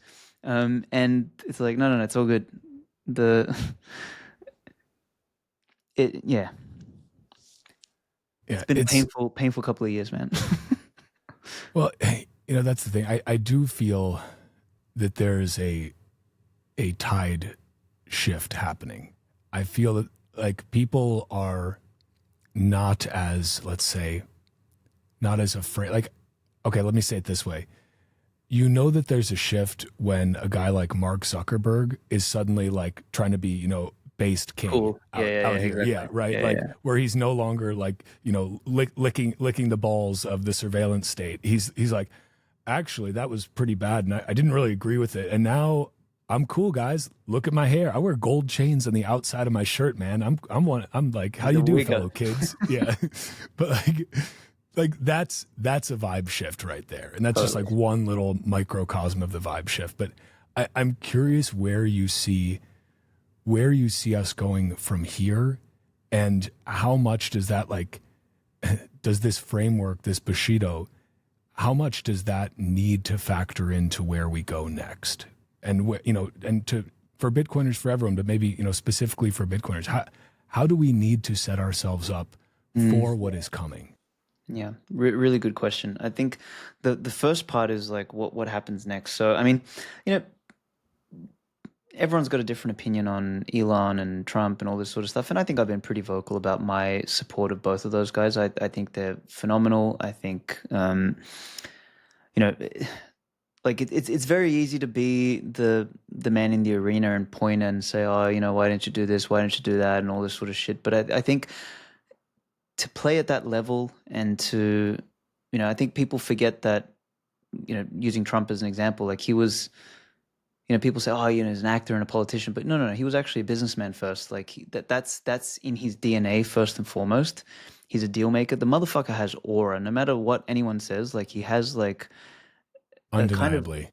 like he's the only like silhouette. I could show anyone in the world a silhouette of a guy and they'd be like, hey, that's Trump. Like that's insane. And nobody's perfect. Nobody's going to make all the right decisions, all that sort of stuff. But in my opinion, where it matters, he has the leadership qualities and the presence and the aura to do things that very, very, very few people on the planet, in my opinion, could do, like hands down. And I have a lot of admiration for that. I think he represents the archetype of a leader more than just about any. I mean, Bukele's up there and stuff like that as well, but still, like, as much as I love Bukele, like in comparison to a Trump, like Trump has a much greater aura. Like, Bukele is still a kid in comparison to someone like Trump. And I think that comes with, age, experience, personality, and all that sort of stuff. So he's definitely an extremely, extremely, in my opinion, unique and timely character in the like, I think he's going to go down in history in a big way. And I mean, clearly something, God was looking out for him or whatever, but the motherfucker dodged the bullet. Like that for me was like the last like straw. Quite like, literally. Okay, yeah, it's like I think of it as we were. That was like a moment where maybe whoever was running the Large Hadron Collider in Zurich or whatever, like forgot to turn it off, and we ended up in alternate dimension or some shit like that, because like everything flipped at that fucking moment. Like that was when, Musk got on board, like all this sort of stuff. Like we fundamentally shifted the course of history with that. And I think it would be naive to underestimate how significant that moment was, in my opinion. I think it was very significant. So that's my Trump fanboy moment over. But like I think he's an important figure, and I think he has the deal making capacity and just the instinct to do things in the right way. And I mean, we saw what he did with Ross and all that sort of stuff, which I think was like it. He didn't even have to. He promised to commute the sentence, and he just like straight up fucking pardoned. Absolute legend. Like It was an amazing moment. Totally. Like, he just has that, again, that right instinct about what to do at what time. So I also have that massive respect for Elon. I got into a little bit of a Twitter beef with, I can't remember who it was, but someone was like, oh, Elon bought Twitter for 42 billion. If he'd bought Bitcoin with that same amount of money, he'd have 84 billion. And I was like, are you fucking kidding me? Do you realize like the point of having money is not just so you can have more money. Like the point of it is, and this is kind of what we said earlier about like, you have capital and it's the means, so sure, you gave the example of like people wishing they were more with their families and doing all that sort of stuff. But there's also the people who want to make a dent in the universe and channeling that capital to make a bigger and bigger and bigger impact. Like Steve Jobs was one of these characters. He exited Apple the first time when he got booted out with about $55 million.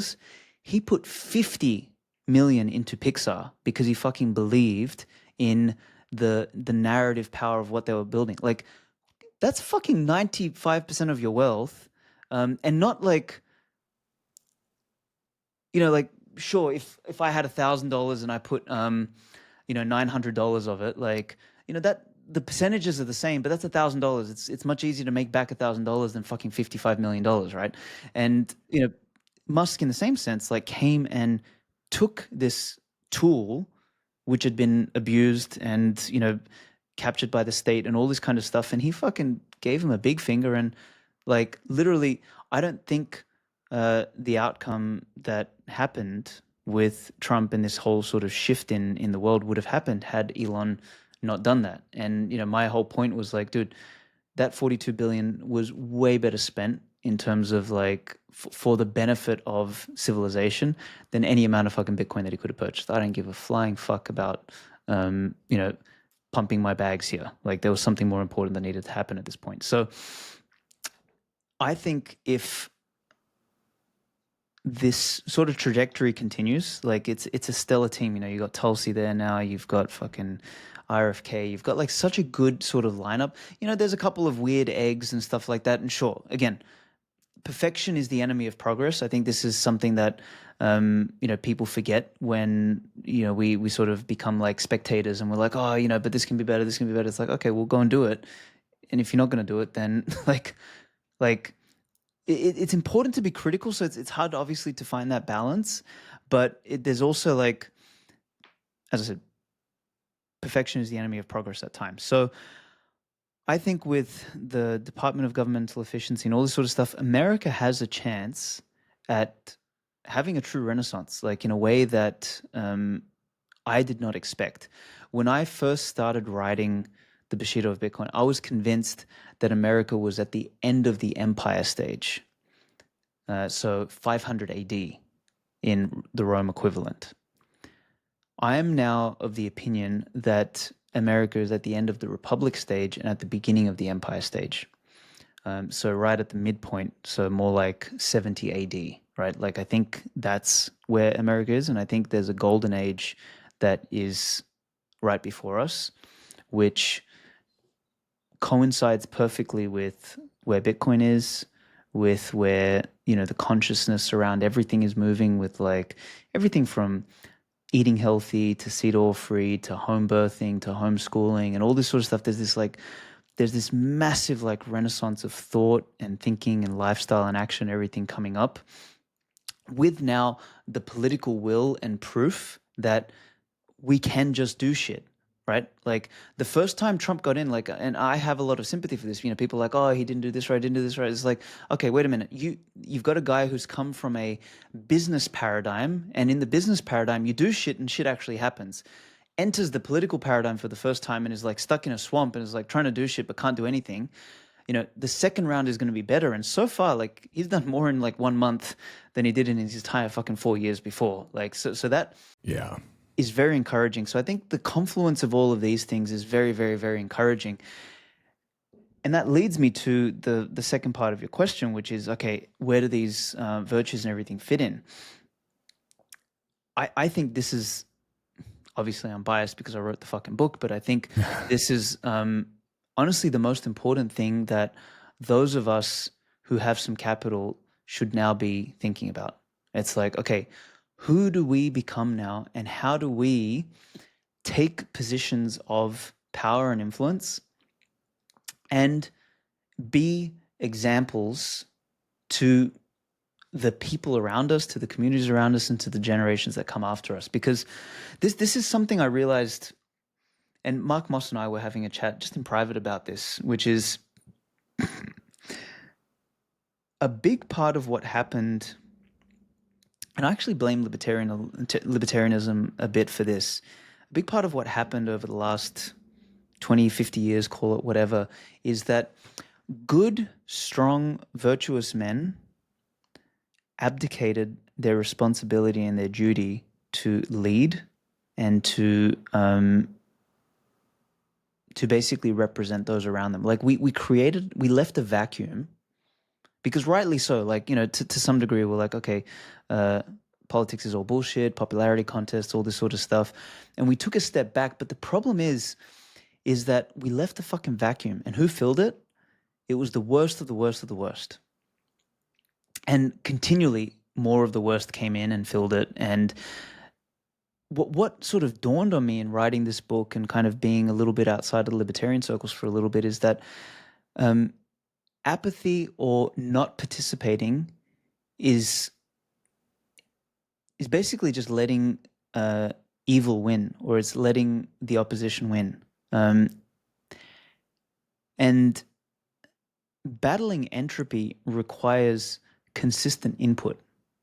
Like I talk about this in that eternal battle chapter of like where I explain like the sperm and the battle and all this sort of stuff. It's like entropy is always in action. Like there's no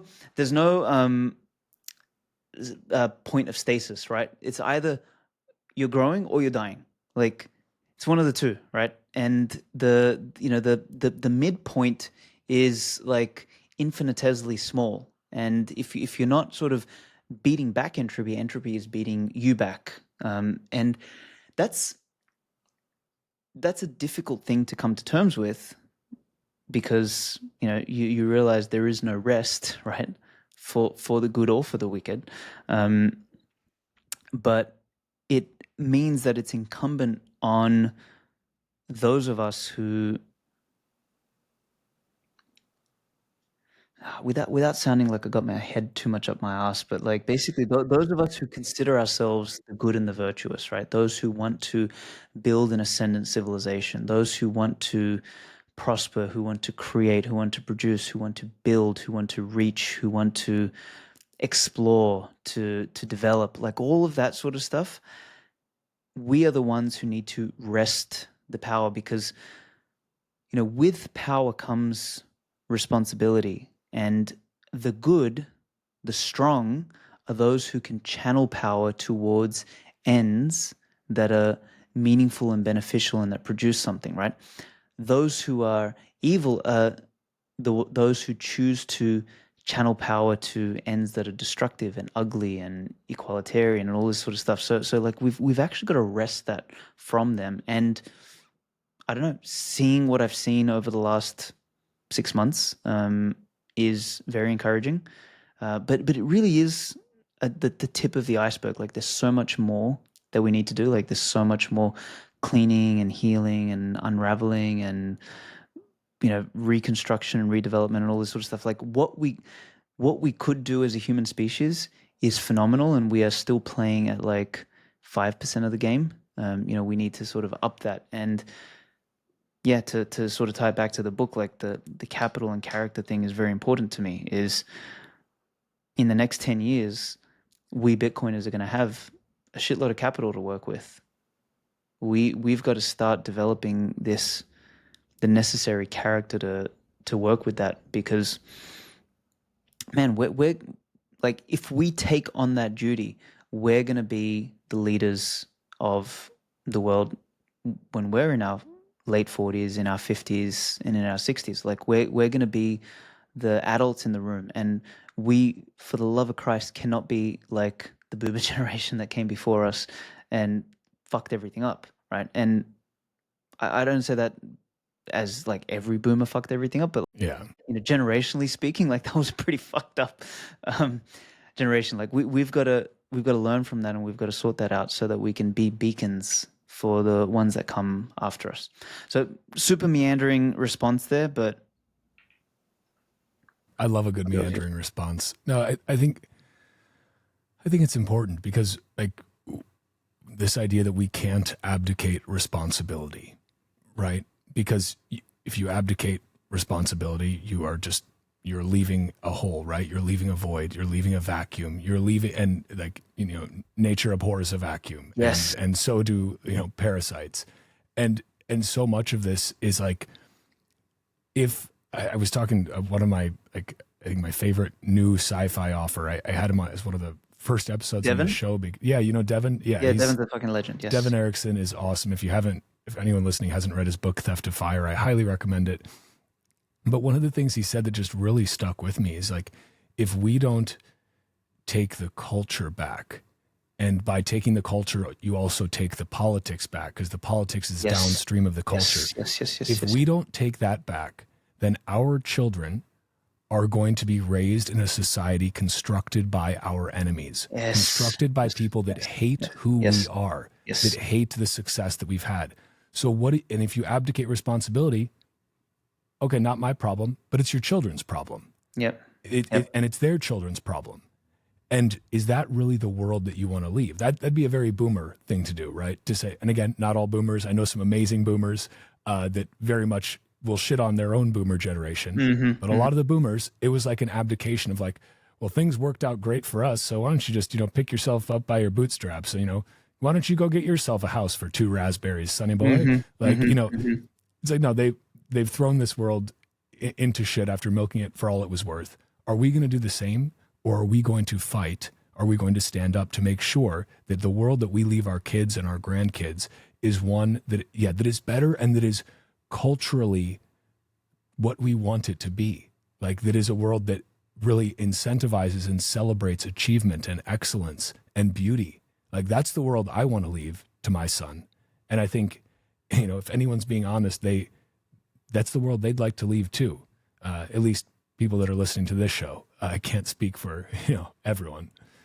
It's truly that, man. And I'm really glad you brought up what Devin said. So like I came across Devin's work very early because John Carter, who's the guy who helped edit my book, actually, he did the first review for Devin. So he kind of kicked Devin off, and that's when I discovered his book, and I still haven't read it yet. I was waiting for the audiobook because I have a rule. I read nonfiction and I listen to fiction. Okay. So now the audiobook is almost ready, so I can't wait to listen to it. But Devin's work is fantastic, and his fucking Twitter rants are like so good, so good. He's just got a real way with words. He's like hyper sharp, hyper intelligent, and yeah, man, like this is why I personally moved away from libertarianism, because it is a very defensive thing. It's more like, don't tread on me, but do whatever you want.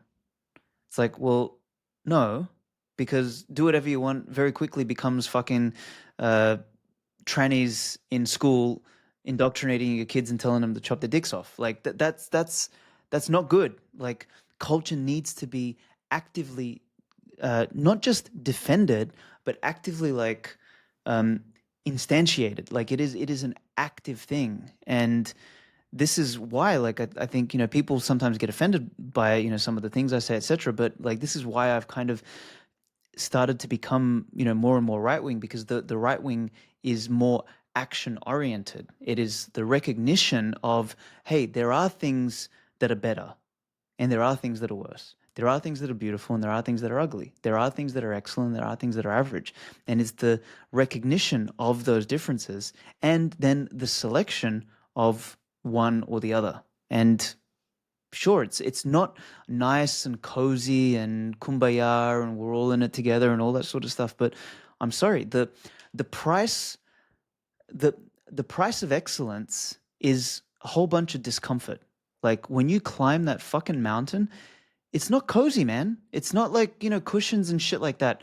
Like, if you want cushions and all that kind of stuff, like, go build yourself a fucking padded cell and you'll be safe and you'll be comfortable and you don't have to do anything, and you can be like Wally, right? Like, that's your two archetypes. You can be like the statue of David and go and train your ass off in a gym and do all this sort of stuff and get the scars and go through all of that, or you can be the Wally character who has a chair, Netflix, and fucking Soylent coming through your veins.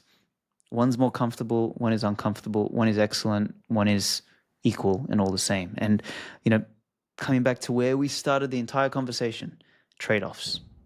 These are the trade-offs, and the trade-offs that I have personally selected are the ones that are a little bit more uncomfortable, but in my opinion, pay the dividends that are more important and more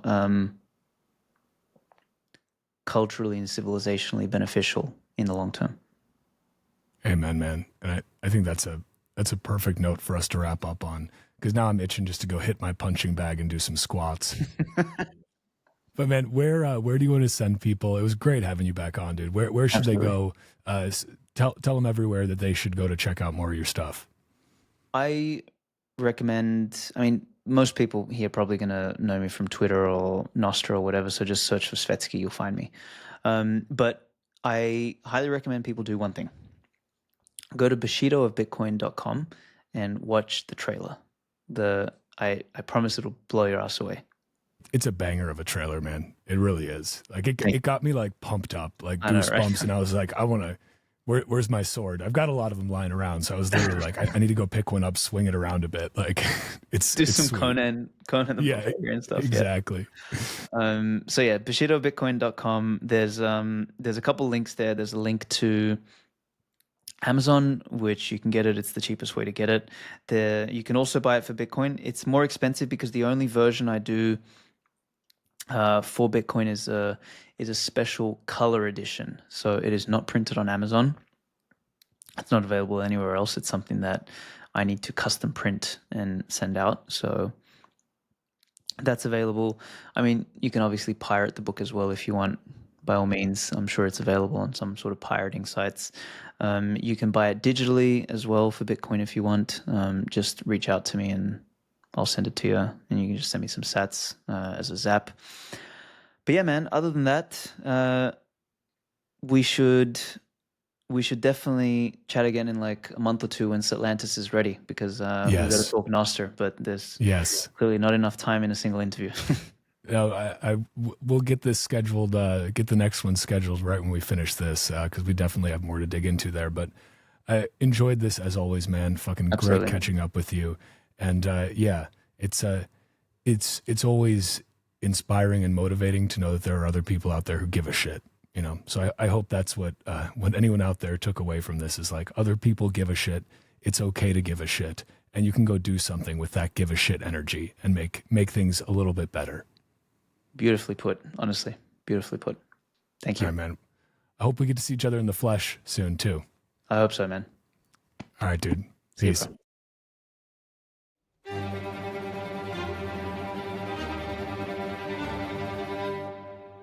And that's a wrap on this Bitcoin Talk episode of the Bitcoin Podcast.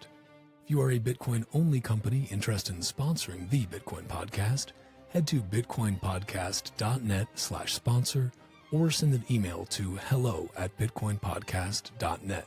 If you are enjoying the Bitcoin Podcast and find it valuable, give it a boost on Fountain, a 5-star review wherever you're listening, or better yet, share this show with your network so more people can learn about Bitcoin. Or don't. Bitcoin doesn't care, but I sure do appreciate it. You can grab links in the show notes to watch or listen to this show wherever you get your podcasts, or go to bitcoinpodcast.net/podcast. And you'll also find the links to follow me and the show on Nostr and on X. Bitcoin is scarce. There will only ever be 21 million. But Bitcoin podcasts are abundant. So thank you for spending your scarce time to listen to the Bitcoin Podcast. Until next time, stay free.